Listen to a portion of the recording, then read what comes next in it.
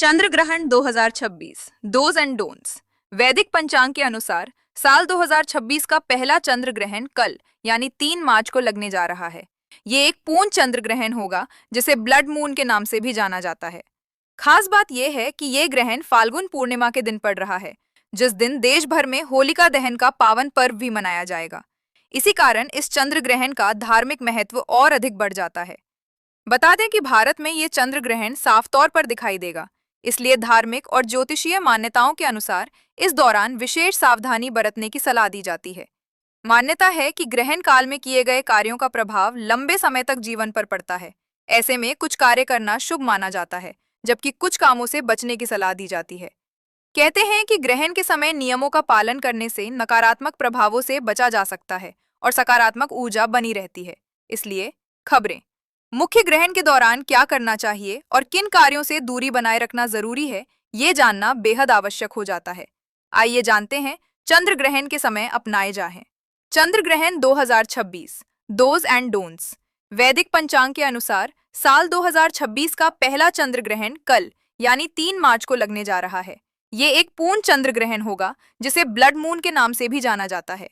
खास बात यह है कि ये ग्रहण फाल्गुन पूर्णिमा के दिन पड़ रहा है, जिस दिन देश भर में होलिका दहन का पावन पर्व भी मनाया जाएगा। इसी कारण इस चंद्र ग्रहण का धार्मिक महत्व और अधिक बढ़ जाता है।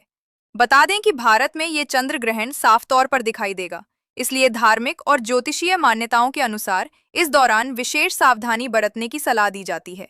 मान्यता है कि ग्रहण काल में किए गए कार्यों का प्रभाव लंबे समय तक जीवन पर पड़ता है। ऐसे में कुछ कार्य करना शुभ माना जाता है, जबकि कुछ कामों से बचने की सलाह दी जाती है। कहते हैं कि ग्रहण के समय नियमों का पालन करने से नकारात्मक प्रभावों से बचा जा सकता है और सकारात्मक ऊर्जा बनी रहती है। इसलिए खबरें। मुख्य ग्रहण के दौरान क्या करना चाहिए और किन कार्यों से दूरी बनाए रखना जरूरी है, ये जानना बेहद आवश्यक हो जाता है। आइए जानते हैं चंद्र ग्रहण के समय अपनाए जाए ग्रहण 2026 डोंट्स।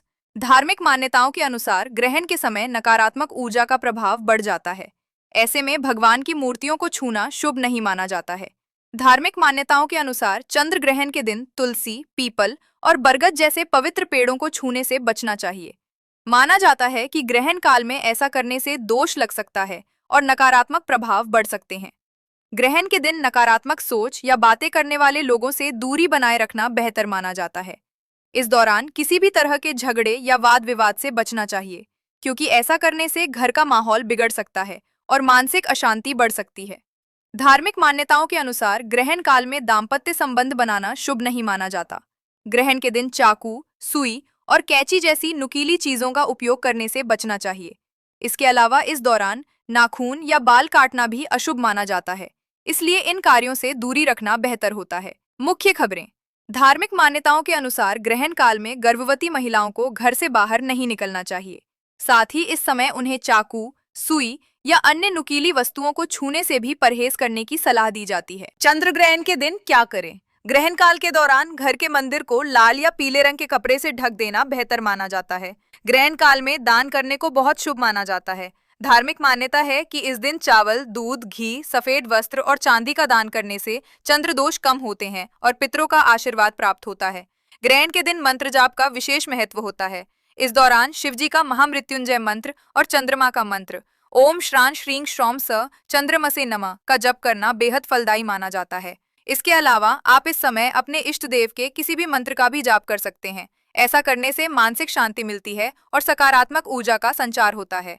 ग्रहण काल में श्राद्ध, हवन, जप और तर्पण करने से पूर्वजों की कृपा प्राप्त होती है और घर परिवार में सुख, शांति और आशीर्वाद बना रहता है।